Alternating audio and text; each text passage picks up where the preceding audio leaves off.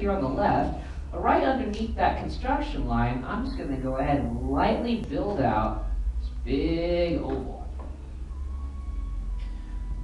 All right, and then just go ahead, repeat that on the other side. Sketch out another one of these really wide shapes. These are going to be his eyes. Now this is also the turning point in our drawing if you want to draw Perry the Platypus or his alter ego Agent P. Now if you just want to draw Perry, lock in these ovals and draw pupils going in opposite directions. But if you're going to draw the secret Agent P, we have to add in some eyebrows here before we lock in those the eyeballs there. So let's go ahead and go right back to where the construction line is touching this oval. We're going to pull down two curving lines. It looks like looks a lot like a set of parentheses kind of bending away from each other. But where it's connected to your construction line here, I'm going to stretch out a kind of a curve, an arching line that goes straight on out. This is what's going to give us this really serious look that Agent P is kind of giving us off of that page there. But once you have these check mark type shapes, these eyebrows, lock in the ovals underneath that shape. That's going to give you the eyeballs for this guy here. All right, now once you have the eyes in, we're going to add in the pupils for him. Now, since he's going to be glaring out towards us, giving this serious look, what we'll do is add in some small circles near the center here. So I'll start on the left-hand side. I'm having this circle right towards the right-hand area of that eye. And same thing on the other. Now I built that out lightly just because the eyebrow is covering a small portion of it, just the top there, so I'm going to lock in everything I can see. Just get you these pupils. And also we're going to add in a light source too.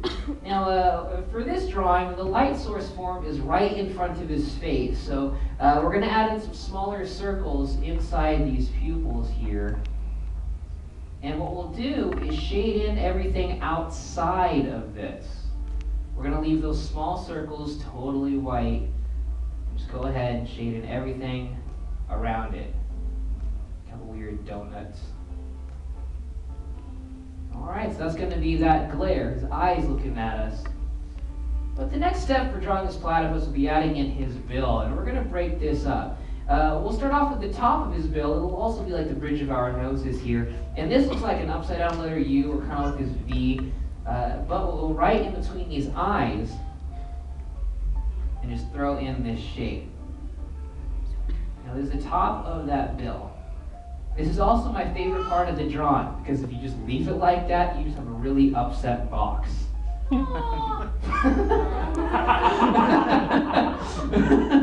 But let's go ahead and move on. We're going to finish the rest of the bill. So for this, we'll go right underneath.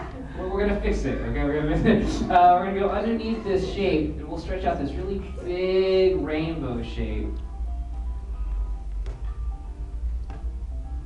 All right, then what we'll do is sketch out some smaller versions of that right at the end of this frowny face. All right, then to close off the top of this bill, we're going to round off the gaps. We're going to connect the top to the bottom here with just a simple letter C. And you're going to do the same thing to the other side there. All right, and then to finish this off, we're just going to attach a letter U right to the bottom of this bill to pretty much finish off that main shape there. Alright, you're a little over halfway through, so how are you folks holding up so far? Good, woo, awesome, okay, sounds pretty positive. Let's keep on moving. The next step for adding Agent P is adding in his fedora that he throws on when he becomes a secret agent. So for this, we'll start off with kind of the rim of the cap, and that's going to start off as a big letter U shape that'll start right above the eyebrows here. Now he's going to have this kind of really close here just because he is pulling that in front of his face. So from this letter U shape, I'm going to pull this line outside of my main rectangle here. Alright, and that is going to give you a good idea where that's kind of going there for the rim. And I'll go right back to the top of that rectangle shape. Right where this line is bowing, I'm going to darken that in. Right back to the main shape there. And then I'll just curve this down and connect it to that really big letter U. It'll look like it's a leaf on its side.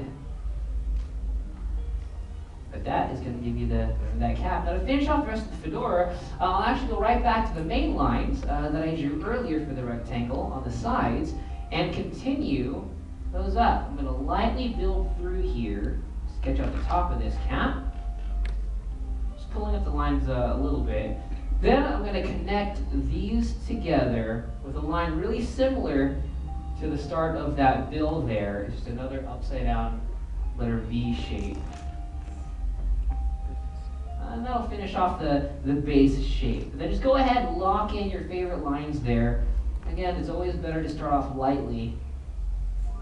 Go back in.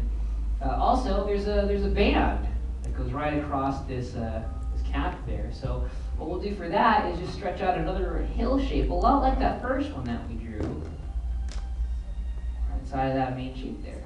And if you want to, you can also shade that in a little. Just give it a little extra tone to the page.